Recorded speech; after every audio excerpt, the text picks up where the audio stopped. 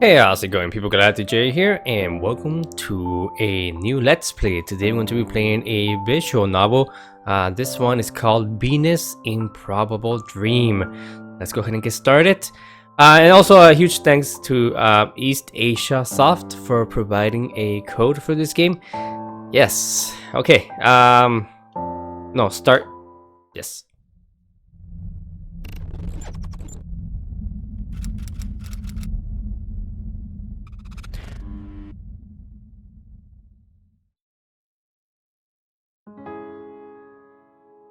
Hemangioma. That's what my parents told me it was called. Oh, her achievement already? Okay. Alright. Okay, hurry up now. Let me continue. A growth of extra blood vessels clump together to form a tumor. No one knows why it happens. Some people are just unlucky, I guess. Mine started appearing a few weeks after I was born.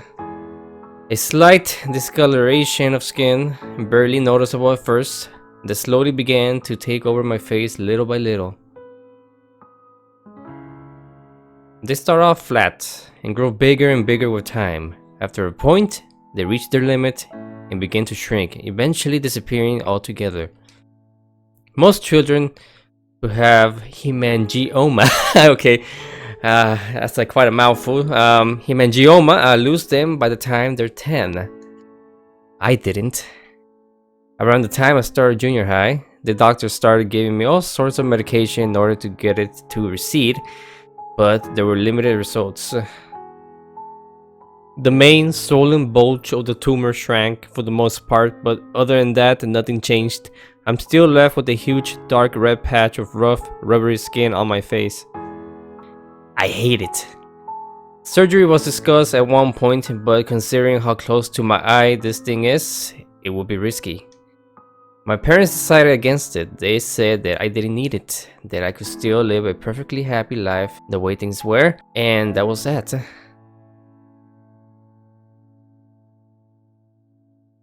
Hemangioma and tumor sound like scary words, but in fact, hemangiomas are almost always harmless, so they're not scary at all.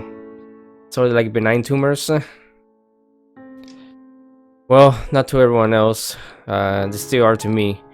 Not because of what mine could do to me, but for what it does to other people. I can't even begin to recall the amount of times a stranger has gawked at me on the street or shuddered in repulsion at the sight of my face. The worst part is, I don't blame them. After a while, I began to feel like I deserved every mean comment, every snarky remark, and every playtime left alone while everyone else had fun together. They were right. I'm ugly. Every time I see it, touch it, or remember that it's there, I just want to die. My parents used to tell me that it didn't matter what I looked like, that the people who were rude about it were the problem, not me. They always insist that I grow up just the same as everyone else. But how can I hold a conversation with somebody with them staring at the monstrosity on my face? I figured out pretty quickly that there was no point in trying to be normal. Someone like me could never fit in with any group of friends. They only keep me around so that I could be the butt of everyone's jokes. I started doing everything I could do to not be noticed. I put the absolute minimum effort into everything. I taught myself to be invisible. Yes, I felt lonely and isolated, but it was better than being picked on. That's just the way I had to live my life now. I might be 17 and almost ready to face the real world, but as long as I have this hemangioma, I'll never be able to face anything. Not even my own face. Now this guy has a rough, huh?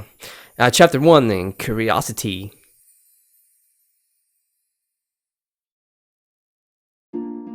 Just another day. The other students around me are sharing whispered chatter as usual. I sit right at the back of the room so I can see everybody else in the class. More importantly, they can't see me. It's one of my safety barriers. You tend to make a lot of them when you have a problem like I do. Glancing back at my workbook, I let my eyes come over the questions again. I've answered them all, but the incessant scratching of pens and paper tells me that everyone else is still working. It usually plays out this way. I've never exactly been smart, but with nobody to talk to, I just put my head into my schoolwork. Thanks to this, I've never had any issues with low grades. The last thing I want is to be called out for not putting enough effort. Wouldn't really help with the whole not being noticed thing. With nothing else to do, I let my gaze move to the view out the windows to my left. It's early June, so rainy season's probably going to hit us soon. The sky isn't exactly cheerful, turning more and more gray by the day, but at least it's warm. Don't forget to read through pages 198 to 204 before the next class. Matsumoto Sensei's voice is so loud in comparison to the hush of the room, I almost flinch. His instruction must mean that the bell's about to ring for lunch. Looking up at the clock on the wall confirms it. Quietly, I start to pack my things away. My classmates aren't in the same hurry, as they tend to linger for a while, gossiping and doing whatever it is that friends do before heading to the cafeteria. Probably talking about me, those jerks. You wouldn't catch me doing either of those things. I have my own little ritual that I do every day.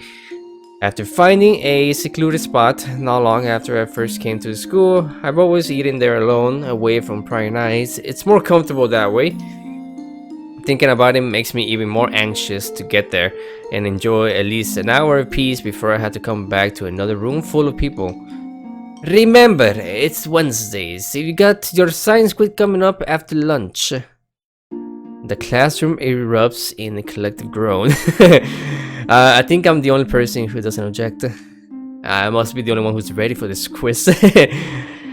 Hoisting my bag onto my shoulder and leaning forwards in my seat, I find myself staring at the clock, watching the second hand tick by, waiting for the first acceptable moment to leave the room.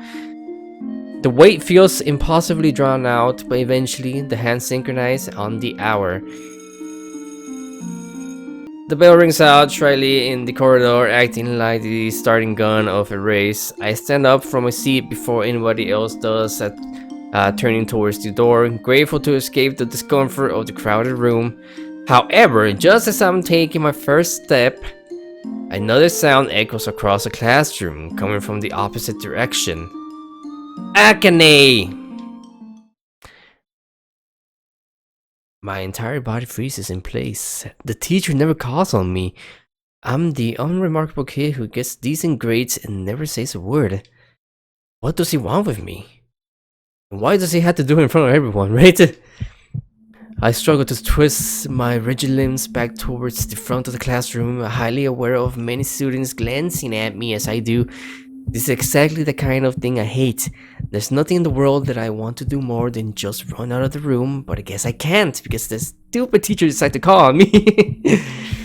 Fixing my eyes on the floor in a desperate attempt to ignore everybody's gazes, I force myself to walk up to Matsumoto Sensei's desk. To be honest, I'm surprised that he called on me like that in front of everyone. He's the one who let me sit behind the rest of the class and who never makes me answer a question or read a passage from a textbook. He knows what I'm like, and he knows what I'm going through.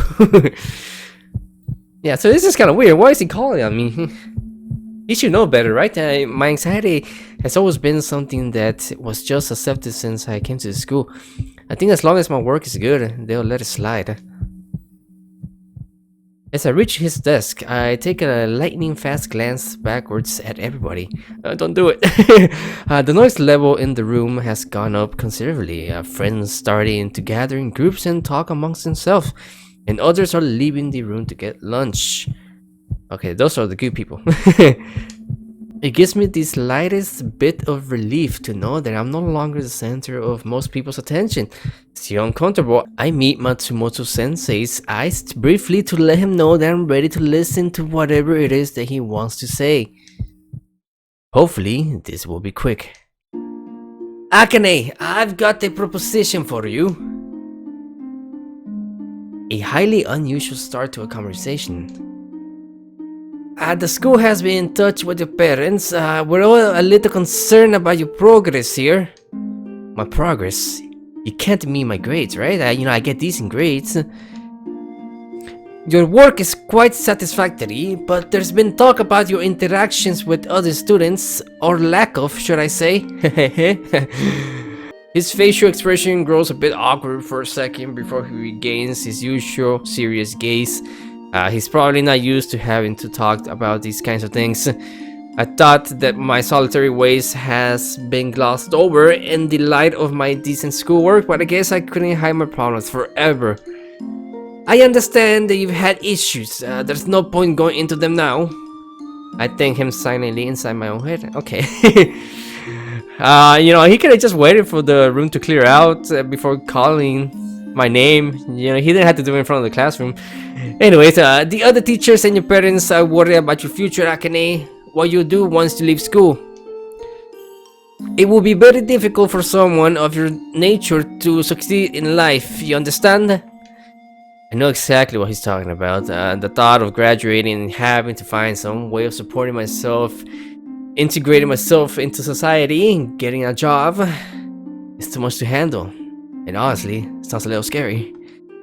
Instead of facing up to it, I simply throw myself into the present moment, living in some sort of fantasy that it'll never get to that point. I know I'm wrong, of course, but it's all I can do to keep myself going for now. I nod tensely, and he excels, seeming to have a lot on his mind. A suggestion has been put forward that may help you with this, something for you to try out. I don't like where this is going. If my parents think I'm enrolling into some kind of therapy group or getting doped up on anxiety medication. You used to play the piano, didn't you? Did we? How'd you know? Huh? What's that got to do with anything? Yes, sir.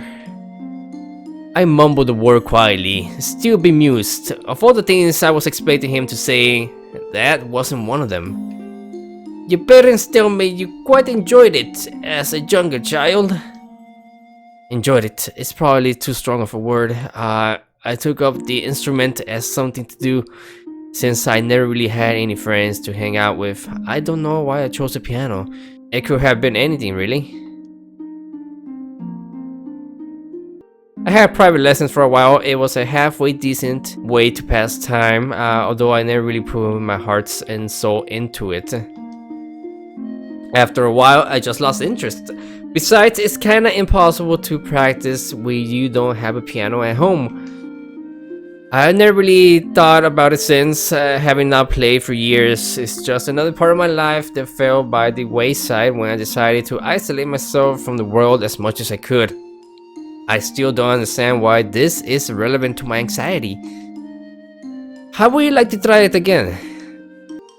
I glanced up at him after hearing his question, and he has an unsettling mixture of concern and optimism in his eyes as he searches my face for a reaction. It's been suggested that you join the music club as an after-school activity. After-school activity? Music club? I don't think I want that. I think it's the fear in my eyes that causes him to avert his gaze for a moment. The music club. I've never joined a school club in my life. A room full of people expected to work together in close proximity to make something happen is the complete opposite of what I want. I want everything to stay the way it is. I want to sit at the back of the class and scrape by unnoticed by everyone else. How on earth could someone like me join a club? Matsumoto Sensei clearly notices my internal panicking and tries to come across more gently as he continues. I understand that this is a difficult concept for you, Akane. The issue is that the longer you remain like this, the harder it will be to break out of it. Believe me, I talk from experience. I know he's right, I just can't stand it. All we'd like you to do is attend one session, just one session with the music club. To start with, see how you like it taking up the piano again. You never know, it might prove to be a good experience. They don't have a pianist, as far as I'm aware. They'll probably be very pleased to have you join the group. Do I even know how to play the piano anymore? It's been years. A disgusting-faced hermit who hasn't practiced his instrument for years and can't hold a conversation with anyone? Oh yeah, I'm sure they'd be thrilled to have me. Okay, so it has been years since we last practiced the piano.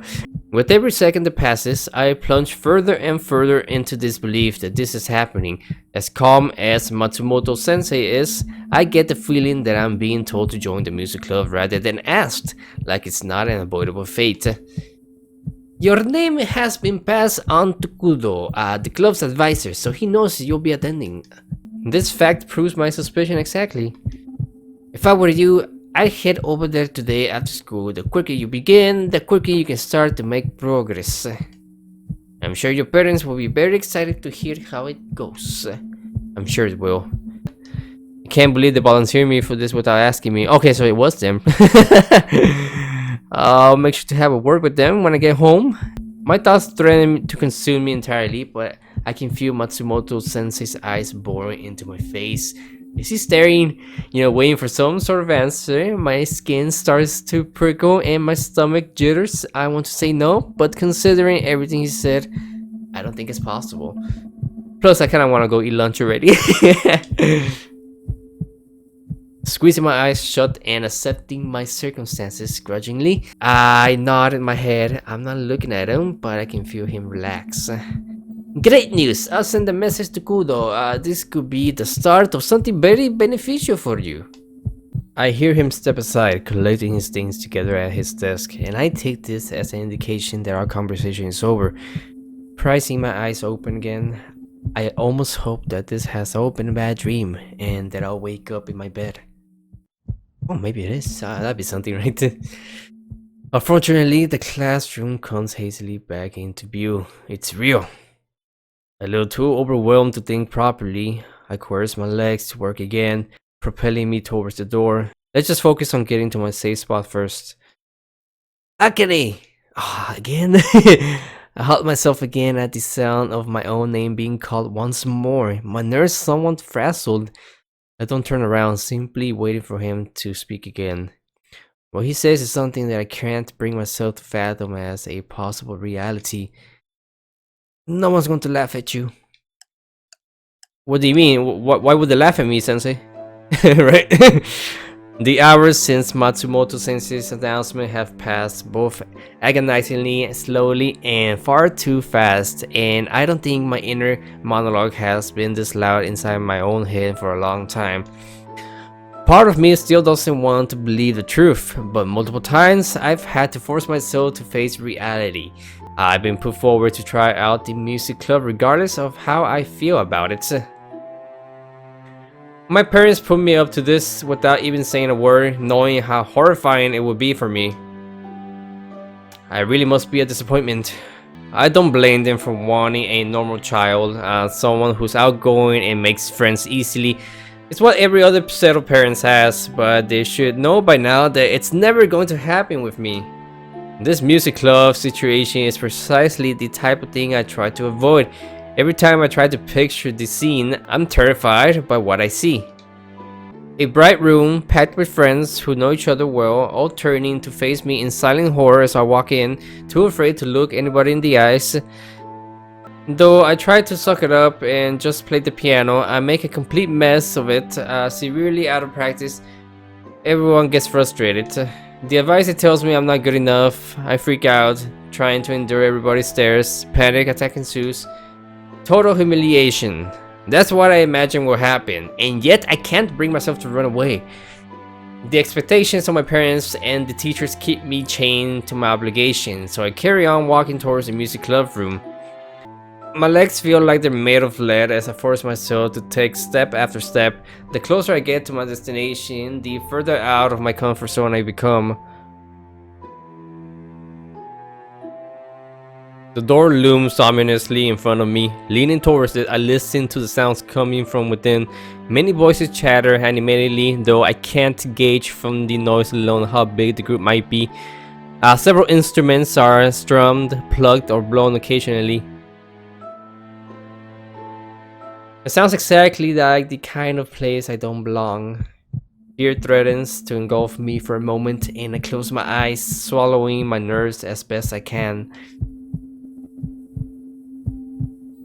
Just do it, Kakeru. Just get through this one meeting. That's what Matsumoto sensei had asked of me. Attend one session with the music club to start with. Let's see. That's what he said. He only said one, right? All I have to do is fumble my way through this, however god awful it may be, and then I can go back to Matsumoto sensei and tell him that it's not for me, and I'll never have to see any of these people again. He can't be mad at me for trying. It's what he told me to do. But that's the thing, I don't think we tried though. I don't think we are planning on trying, rather. Yeah, because we haven't started. Let's see what happens now.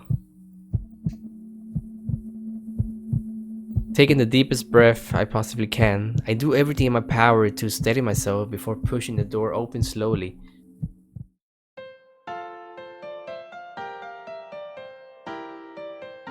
It's loud in here.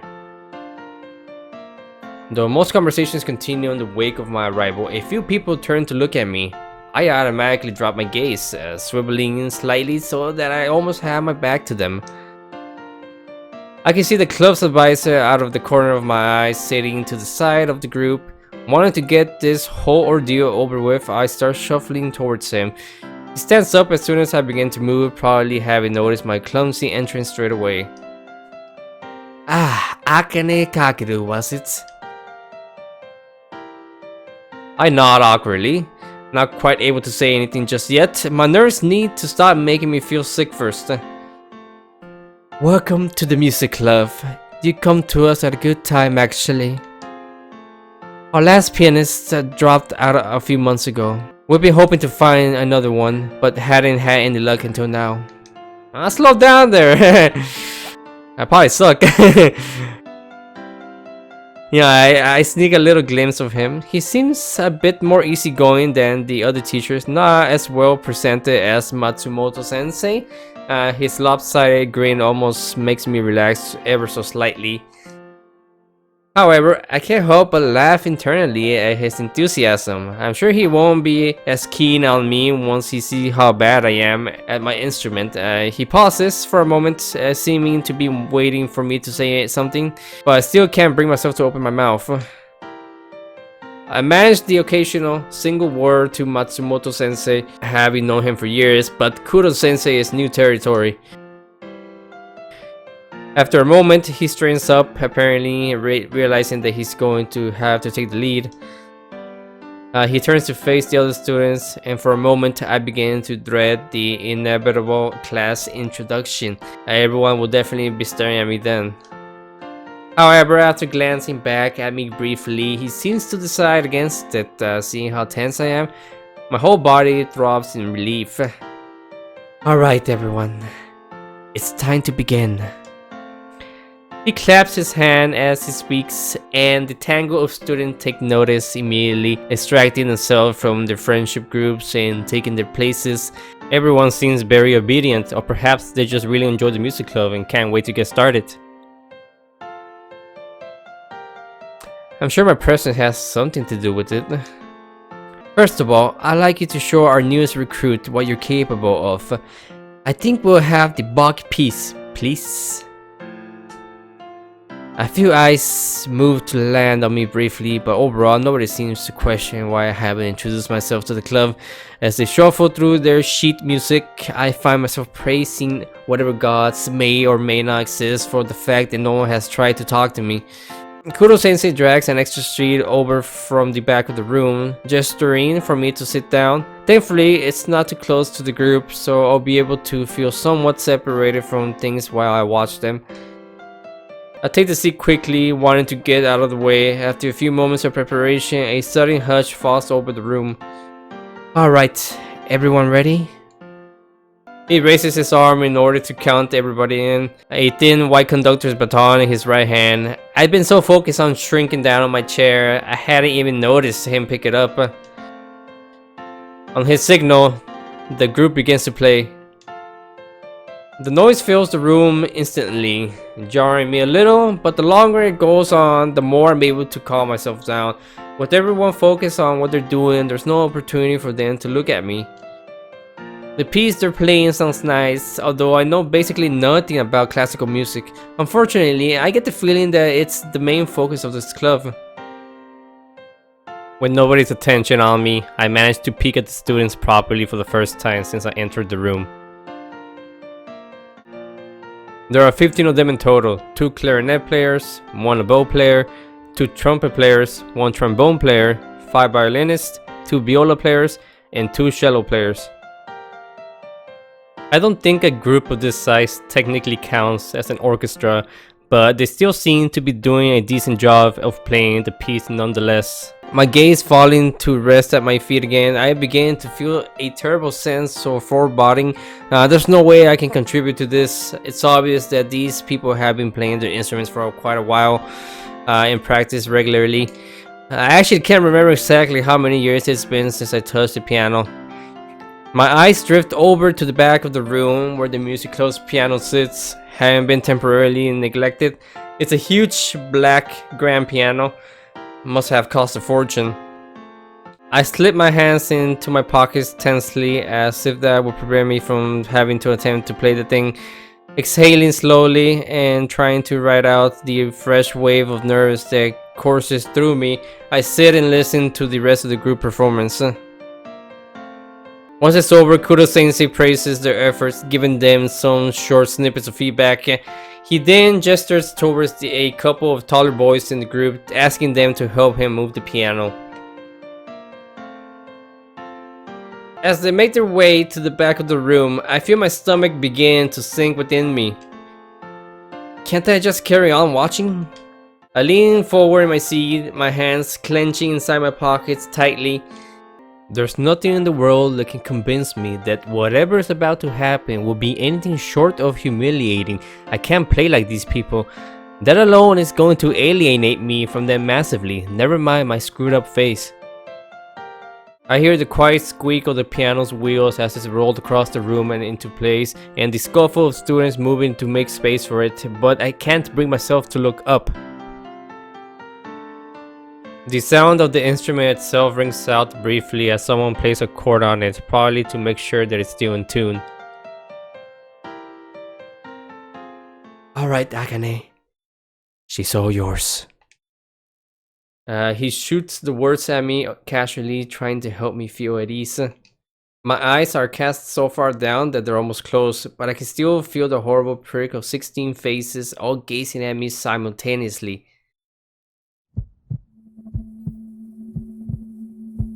Please don't look at me. Please don't make me do this. My heart beats loudly in my head, and I struggle to swallow. My mouth suddenly dry as a bone.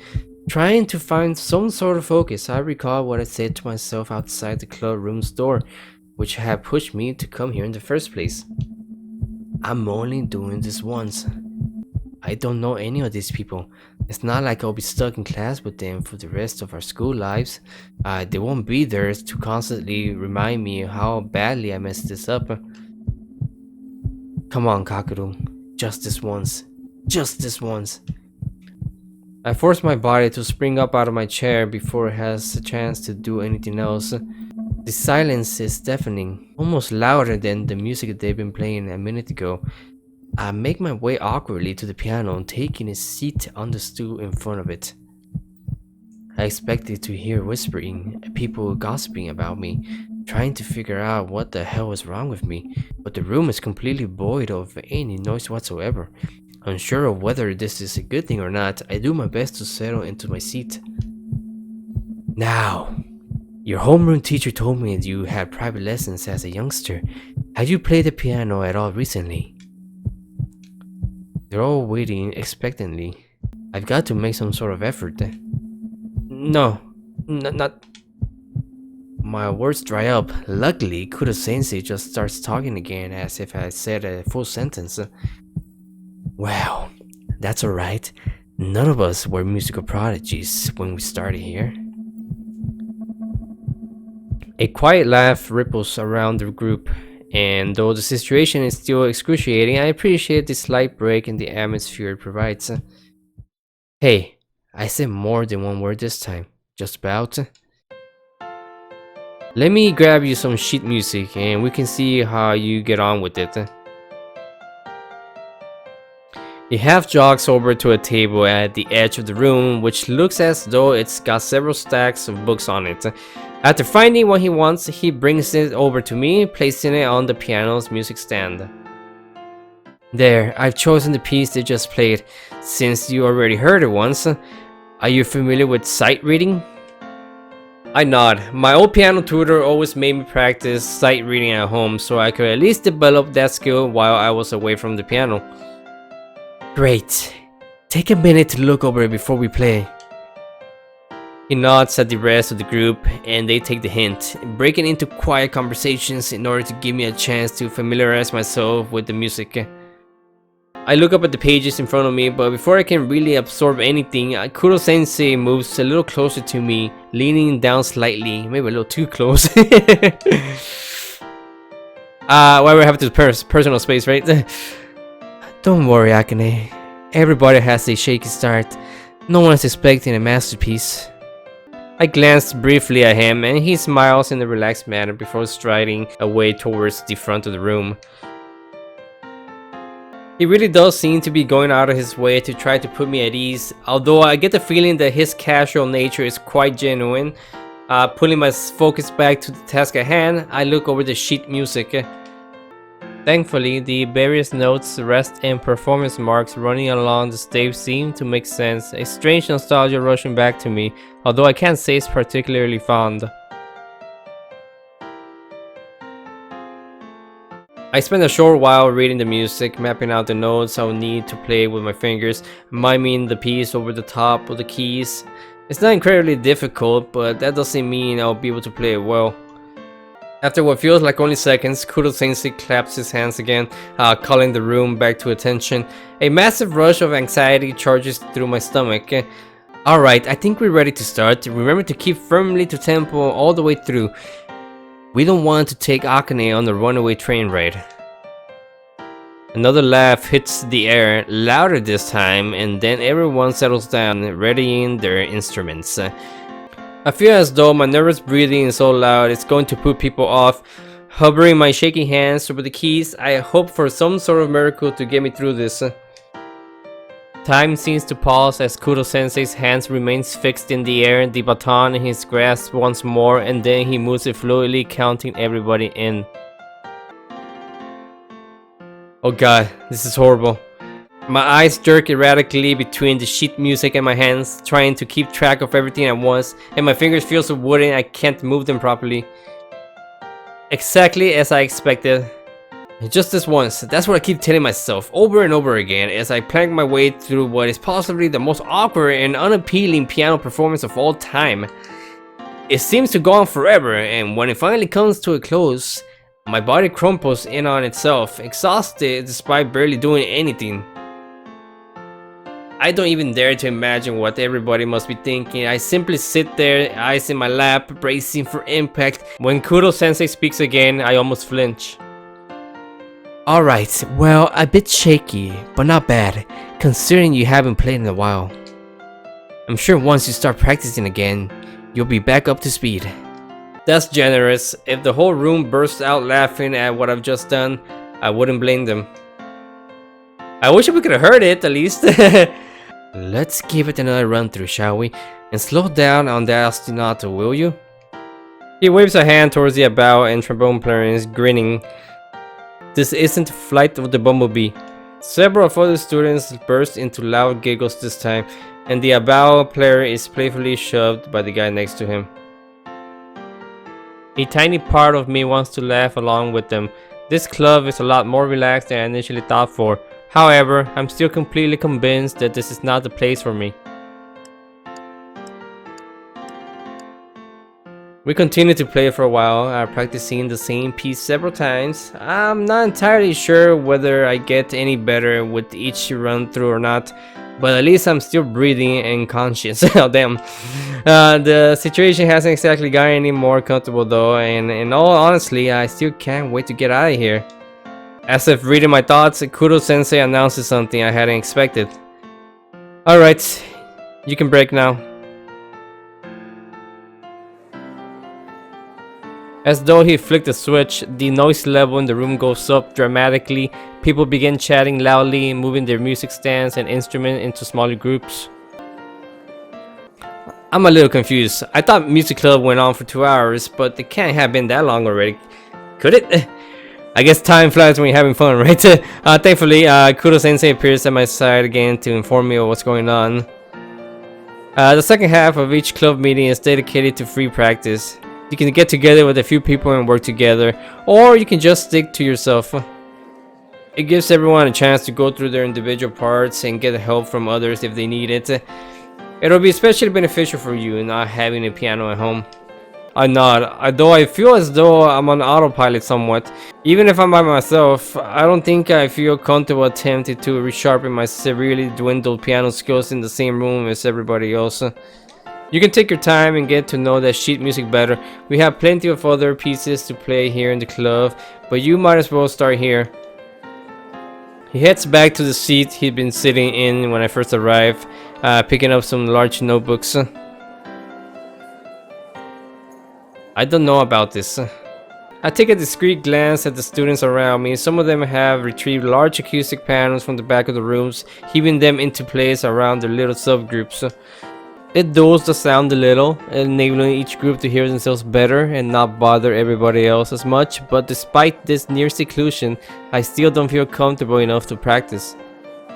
I have to admit, I'm still shocked that not a single one of the other club members has tried to talk to me this entire time. Isn't that what we want though? My own classmates that I see every day are very used to me by now, and even then they sometimes break into whispers and glances at my expenses. I've been expecting the same treatment here, but instead everyone just carries on with things as if I'm not in the room. Perhaps Kudo Sensei specifically instructed them all not to interact with me after hearing how bad my anxiety is from Matsumoto Sensei. That doesn't make me feel great. A little dejected, I take another quick look around to see how many sets of eyes are on me. To my surprise and relief, the answer is 0. Standing up, my legs a little wobbly, I make my way quietly over to the chair I've been sitting in at the beginning of the club meeting, my bag still discarded next to it. Picking it up and swinging it up onto my shoulders, I cast a cursive glance at Kudo Sensei.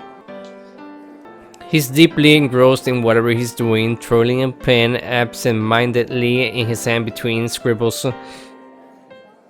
I should just leave, right? No one's paying attention. It's my chance right to sneak out.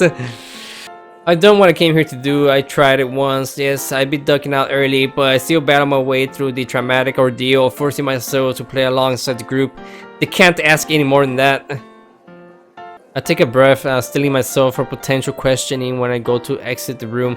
However, as I'm standing quietly and gearing myself up, my ears pick up on a new sound, something completely separate from the noise of the club members practicing and talking.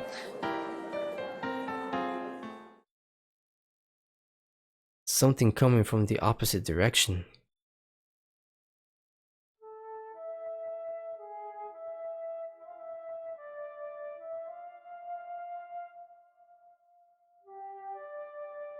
A flute?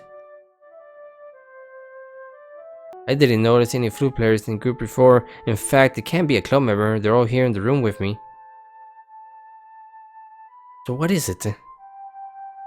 Oddly curious and also eager to remove myself from the cacophony of noise, I begin to cautiously follow the sound.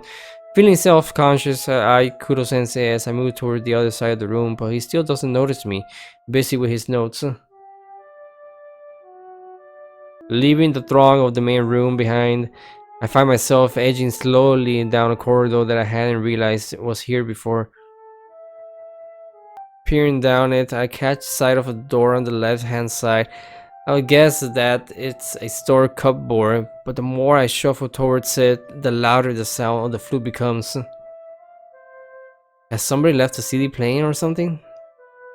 Putting my ear up to the door's cool surface, it becomes clear that the sound is definitely coming from inside it. I feel a little nervous about entering whatever room this is, but at the same time, I already know that everybody in the club is currently in the main room, so there can't be anybody in here. It makes these strange turns of events all the more intriguing. I take hold of the door handle delicately, glancing back down the corridor for a moment in case someone has noticed that I'm missing and has come looking for me. I'm still alone. Facing forward again, I press the handle down, pushing the door open gently. I hadn't been prepared for the sight on the other side.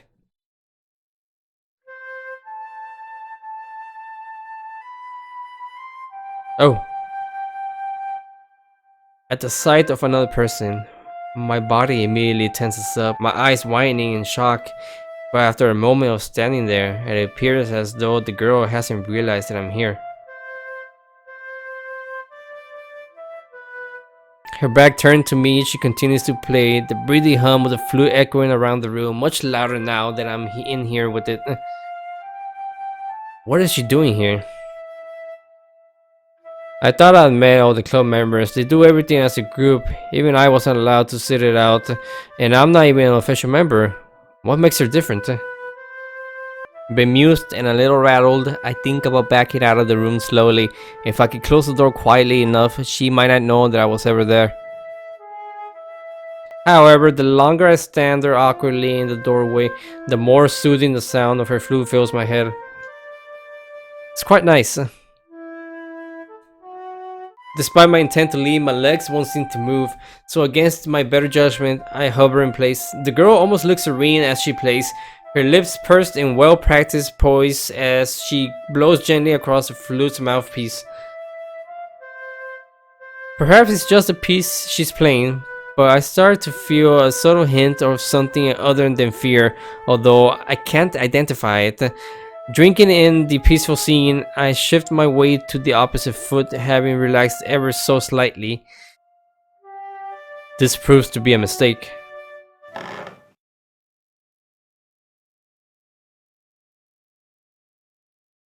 Crap. I lean against the door too hard, and it creaked audibly. The girl gasps quietly as she hears the sound, her hair whipping around to look at me. I automatically snap my face away, the rest of my body freshly frozen in alarm. My heart begins to hammer within my chest. Sorry. I manage to spit the word out, but there's no response. Daring myself to look back as quickly as I can, I glance at her. Her expression is panicked as she stares hard at me, seeming thoroughly disturbed, and I instantly know that it's my face that's startling her. I have to get out of here. Pulling myself together, I stagger backwards into the hallway, the motion of which causes the door to close loudly. Feeling ragged and a little upset, I turn to flee the scene, trying to gather myself and walk as calmly as possible. What was I thinking? The sight of that girl's terrified eyes as she looked at me stays burned into my memory. I must have repulsed her. A horrible clenching in my chest, I rejoin the main club room, peeking around the corner to see if the coast is clear. Everything is exactly as I left it. The other club members are locked into the mini practice groups, and Kuro-sensei still has his nose in his work. Bracing myself and hoping not to give anybody else a reason to look at me, I begin my escape, crossing the room as slowly as I can. Thanks to all the noise, coupled with my well-honed skills of near invisibility, I make it to the other side without anybody calling out to me. Pulling the door open, I feel a great surge of relief wash over my entire body as I step through it, the tension I've been holding all this time rushing out of me. Free once more, there's only one thought running through my head after all that unfamiliarity and fear. I really don't ever want to go back there again. Oh, we're finally home! Oh my goodness, it's been a pretty long episode, hasn't it? It's only been reading. Hopefully soon they'll give us some choices to pick. So yeah, it's a visual novel, so I'm pretty sure they will. But anyway, home at last. After the day I've had, even the sight of the lounge, which I don't really spend any time in, is welcoming. I stride across the room towards the stairs, but am distracted halfway by something moving in the corner of my vision. Kakeru, wait, that's our mom? Kind of hot. Oh my goodness.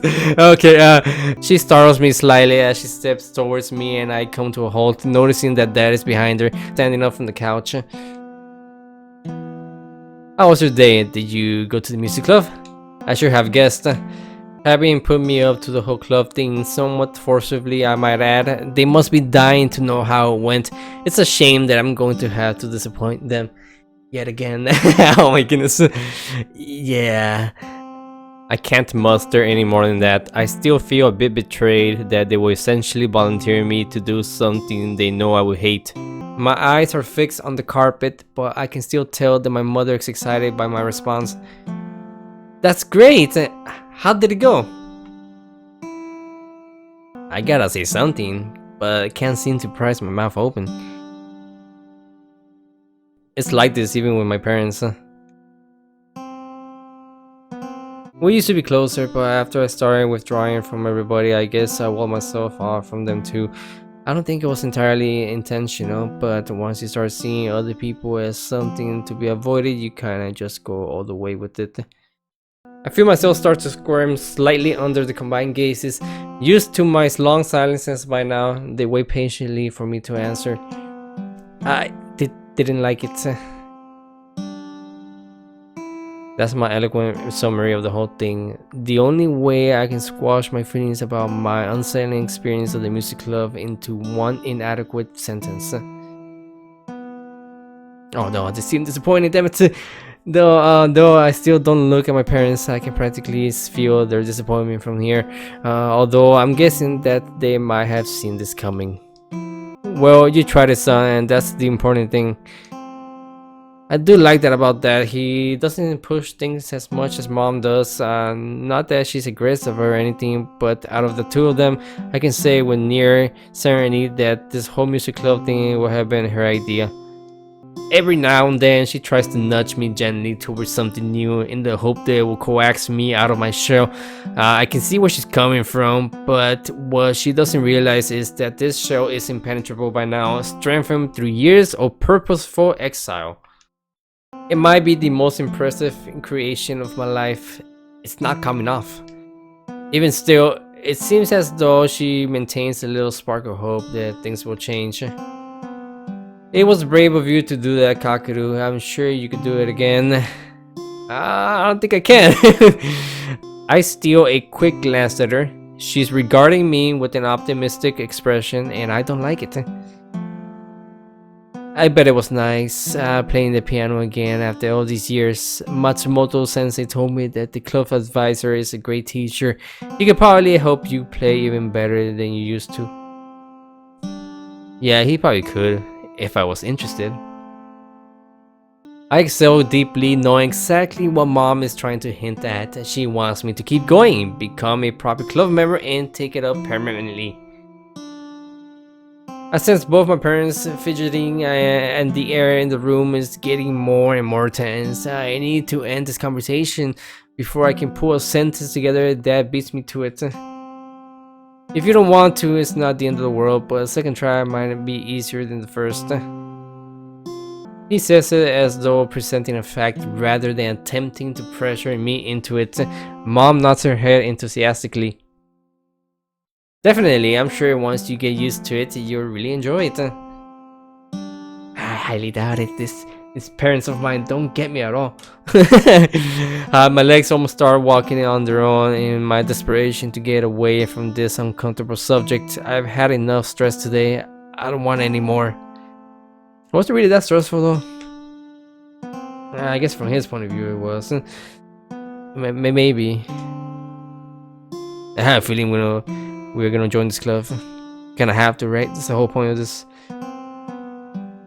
I leave them with that single unconvincing word, shuffling away slowly towards the stairs, getting the message that I don't want to talk about it anymore. They let me go, nodding and returning to the couch. It doesn't take me long to climb the staircase, though my escape is accompanied by the same guilt that always arises after I cut my conversations with my parents short.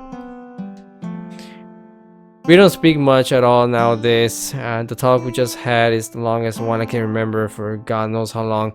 It makes me feel even more disappointing as a son, and yet I I can't change my ways. I'm too used to by now. The TV screen flickers in a stream of flashing colors again as I beat the level. Video games are pretty much the only thing I do in my spare time. Oh, at least we have that in common, right?